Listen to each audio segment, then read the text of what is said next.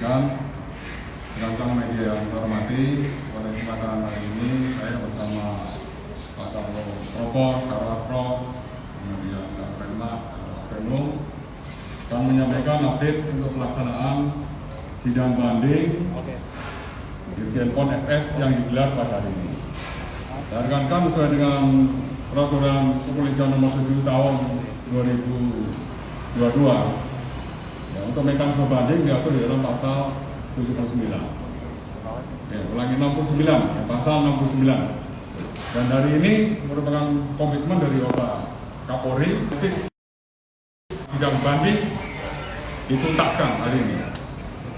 Nah, untuk pelaksanaan sidang banding dipimpin oleh Pati Bintang 3. Kemudian untuk anggotanya 4 Pati Bintang 2 sebagai anggota komisi banding.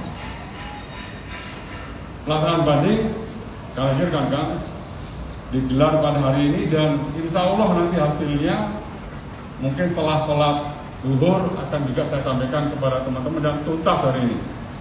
Ya, setelah tuntas nanti sidang banding, tentunya secara administrasi akan ditindaklanjuti oleh asisten sumber daya manusia. Ya, dari asisten sumber daya manusia memiliki waktu 5 hari kerja, ya, untuk menuntaskan administrasi hasil putusan banding yang akan dilaksanakan pada hari ini. Ya, sementara itu dulu yang bisa saya sampaikan, kakak. Nanti apabila sudah ada putusan, tentunya nanti akan saya sampaikan kepada rekan-rekan media sekalian. Oke?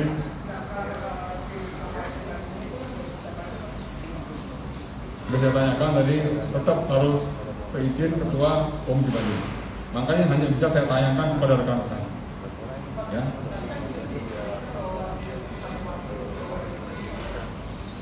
Silakan, tapi saya bisa menyebutkan, ya. Rekan-rekan bisa melihat situ, ya. Rekan-rekan semuanya bisa melihat langsung yang kita tayangkan di visual ini.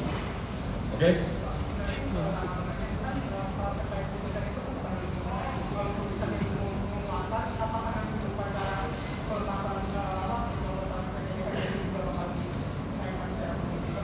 Nah, itu secara teknis, ya, dari propam. Ya, kita tunggu aja dulu hasilnya dulu. Ya, jangan melebar kemana-mana, kita tunggu hasil yang masih berproses sidang banding. Ya. Apa? Pasti sudah selesai. Terakhir, statusnya kan tersangka. Tersangka ditahan terkait dengan masalah pasal 340 dan juga pasal undang. Ya, oke.